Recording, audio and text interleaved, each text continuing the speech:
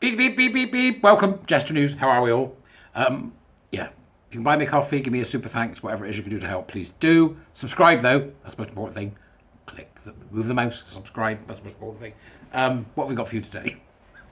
Just, amidst all the seriousness of the transing the gay away and the treatment of children under the umbrella of an insane belief system called gender identity ideology, and the terrible damage it's doing, in the absolute madness of the PSHE, which is practicing queer theory and gender identity ideology for children, as well as outside PSHE, they're doing critical social justice.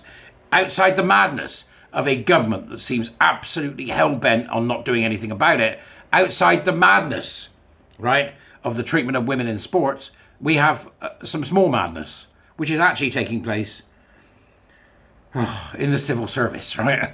This has come up the last few days, the civil service, right? There's people said to me, stop talking about leftism, right? It's not the left. No, it's the left, right? It's the left, okay? If you want to look at it from a political perspective.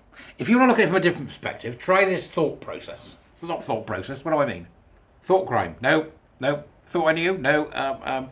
Thought exercise. There you go, right? Whatever you want to call it. Thought exercise. Start to think about this, if you will. I talk to my warrior teachers about this, right? It's not political, it's cultural. In which case, right, we have to look to culture for an explanation, okay? So this is how I see it, right? I could, of course, be wrong. It wouldn't be the first time. Wouldn't be the first time. It's like some of a Disney song, isn't it? That's right, okay. Oh, now I can't stop thinking bibbidi bobbidi boo. Ooh, Kalamazoola. Right, forget it, right? It's cultural, okay? In which case, let's go to some cultural archetypes and talk about those, right? Because this upsets people, which of course I thoroughly enjoy, right?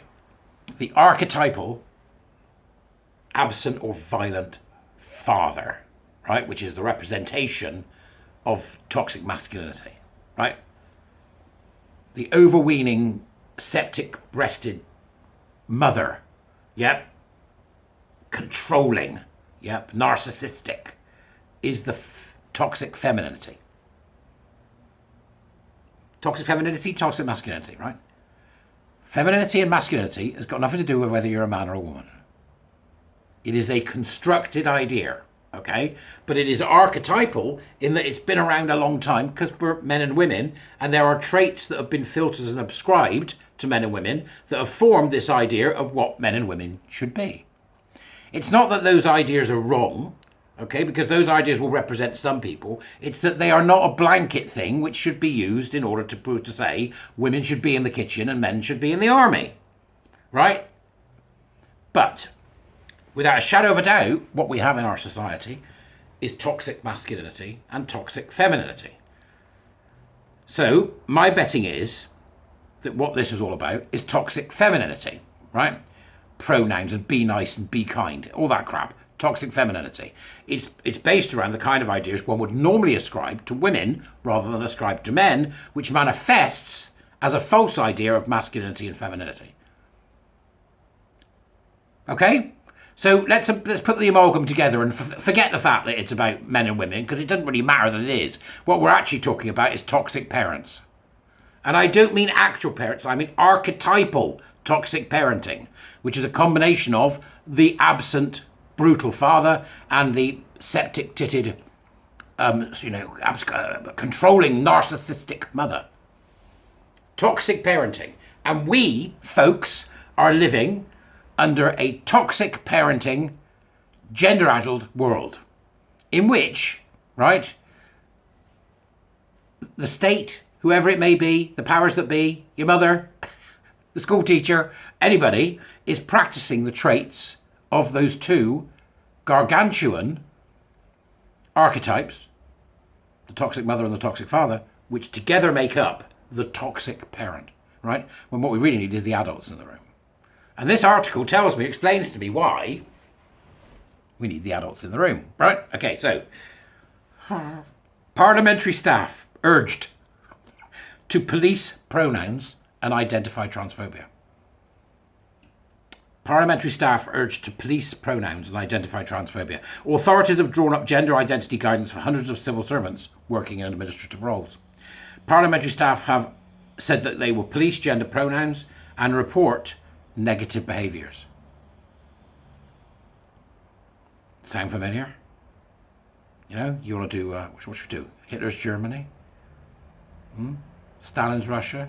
How about Pol Pot's Cambodia or Mao's China? Right, that's the violent or absent father there with the threat of what will happen. Culminating, you know, in the guise of be kind, which is the toxic femininity of the grasping mother. So what we've got is a toxic parent to deal with. One section of the 15-page guide warns that staff should learn to identify what transphobic behaviour looks like and understand that these must be met with an attitude of zero tolerance. It lists examples including another colleague refusing to use a trans person's preferred pronouns or names, adding that this should be dealt with in an appropriate manner. Disciplinary then, is it now? Forced speech. Say you're sorry. Who's that? Is that the toxic mother or the toxic father? Say you're sorry. Both. All right? Because if you don't say you're sorry, the toxic father will step in. This is toxic parenting. Nothing to do with men or women. Okay? It's toxic parenting. Archetypes. The guidance also says the staff who keep Parliament running behind the scenes can use the facilities that match your gender identity or what most closely align with it, with both single-sex and gender-neutral facilities available. It's all a nonsense. Nonsense, eh? Absolute nonsense. So you've now got, they're pandering to these people, which is the toxic, narcissistic, controlling mother. There, you're such a good boy, despite the fact you murdered 4 people. It's a controlling mother, right? Overweening, you know. It goes on. It is your choice and we will support you to access the toilets, showers and changing rooms that feel right for you at the time. It may be that you access both male and female facilities, which we support. Do what you like all the time, right? That's the mother, again. That's the mother again. And the father, the parent there, can't control their child. Don't want to control their child. The toxic parenting that we're seeing in our society.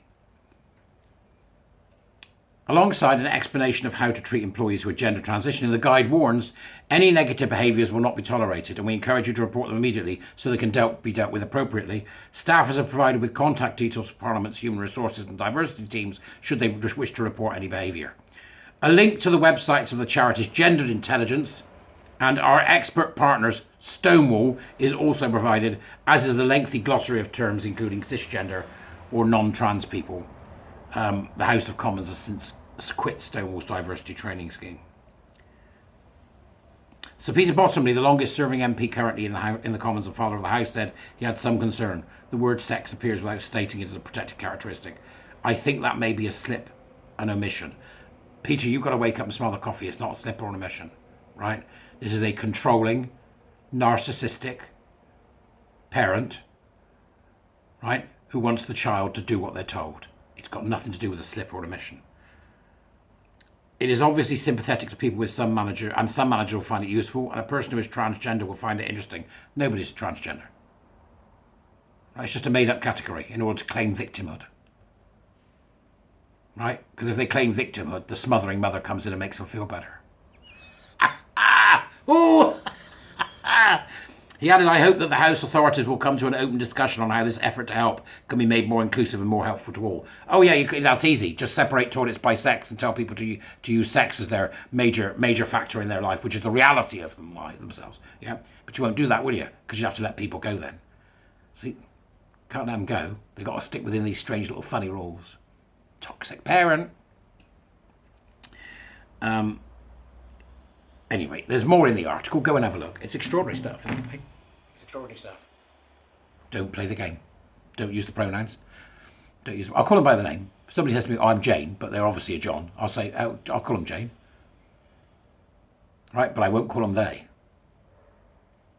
And I won't call a she a he if he is, or a he a she. I won't do it. Right? I don't care how stroppy the toxic parent gets with me. Because this toxic parent, by the way, can put you in jail.